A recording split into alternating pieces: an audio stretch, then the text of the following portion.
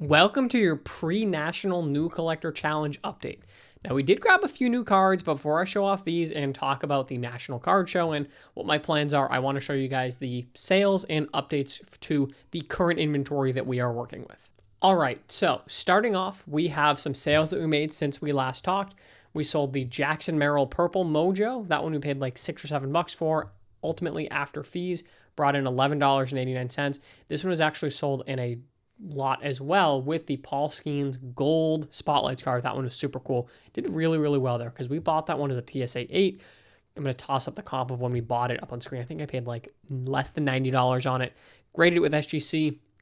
Ended up getting an SGC 9, which we managed to then sell at for $230 on eBay.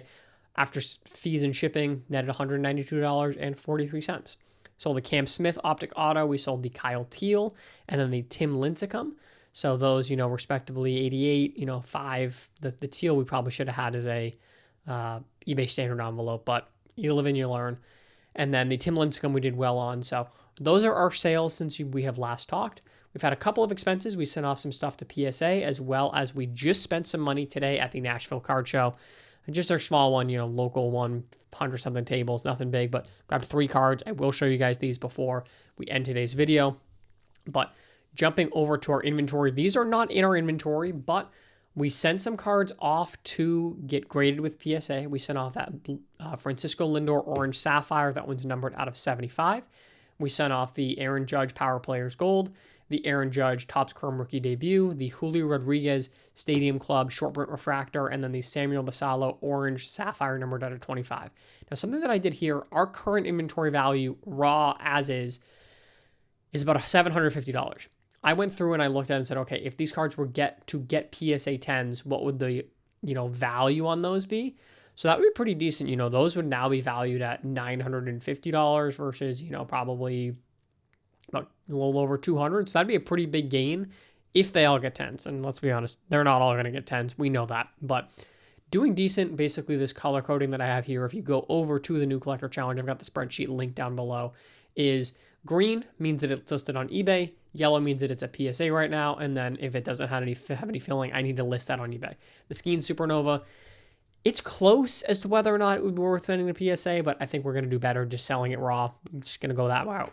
So overall, we are heading into the National in Chicago next weekend with $684.25 plus all of the inventory that we have.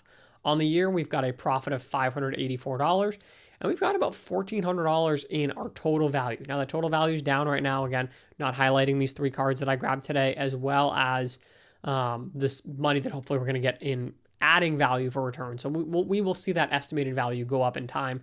But let's talk about the cards that we're taking to the National and what our plan there is. All right, so going into the National next week in Chicago, we are going to be bringing all of these cards that you guys are going to see, unless something sells on eBay.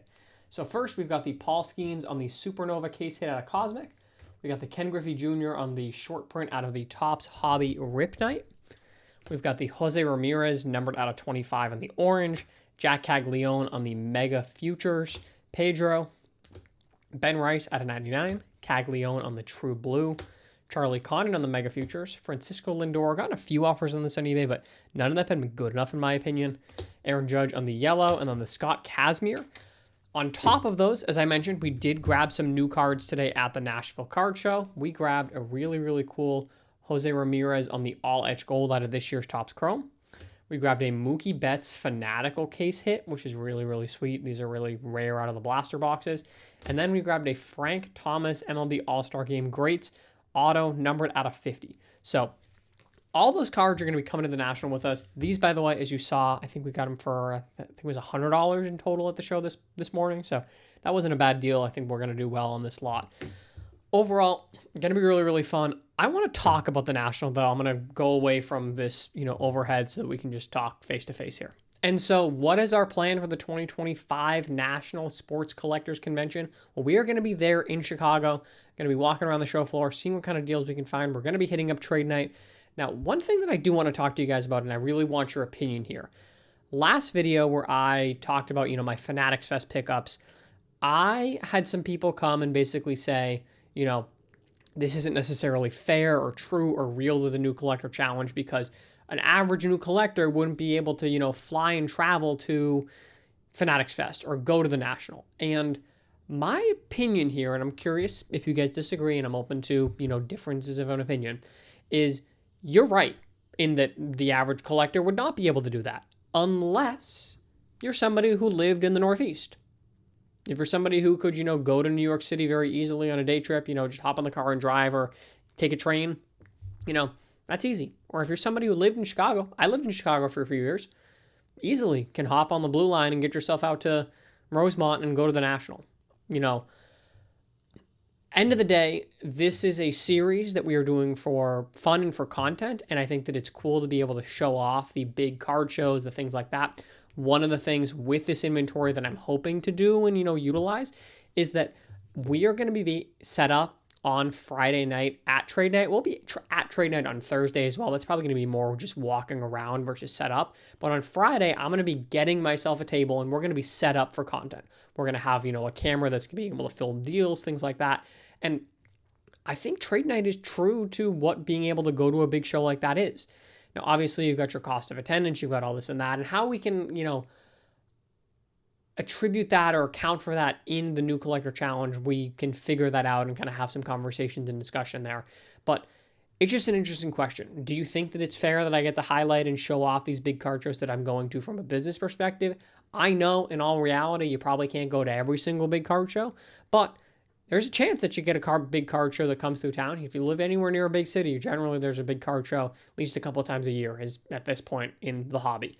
So I think that personally, my opinion is it makes for good content, which is what this whole series is about. Does it maybe give us a little bit of extra access? Of course it does. But that's no different than the challenge that we run into in that a true new collector doesn't necessarily have the knowledge and background that I would have. Or a true new collector doesn't have the relationships that I would have. That Jose Ramirez, Frank Thomas, and Mookie Betts today, I got that from a dealer that I work with all the time. I'm sure that I would have had to pay an extra, $20, $30 had it been not me. But I can't go up and not be me. At the end of the day, I am me and I'm making the content. There's not a way to put a fake face to this. When I'm buying online, that's an easy way to do it because nobody knows what they're dealing with. But when I'm physically going to a show, which is, I think, a large part of the fun and a large part of the hobby, there's only so much that we can do in terms of, masking and creating the guise of truly being a new collector. And I think that more so my goal here is to highlight what can be done if you can get to those shows, if you can get to your local card show, if you can get yourself to a big show that's maybe within an hour or two drive of you. And I think that it's really good and really fun to show off these big card shows to show you what it's like and whether or not maybe it's worth you are, would maybe want to think about or consider going in the future. But I'm curious if you guys seriously disagree. I'm open to some feedback there.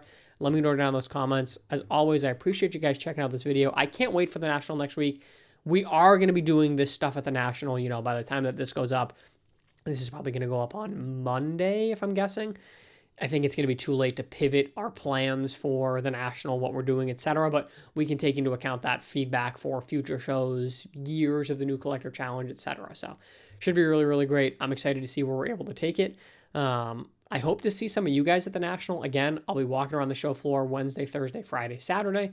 On Friday night, I will be set up at trade night. Come by, say hi. I'll have some New Collector Challenge stuff as well as regular inventory. Is also be buying for the New Collector Challenge and for me and my card business. So it'd be great to meet some of you guys.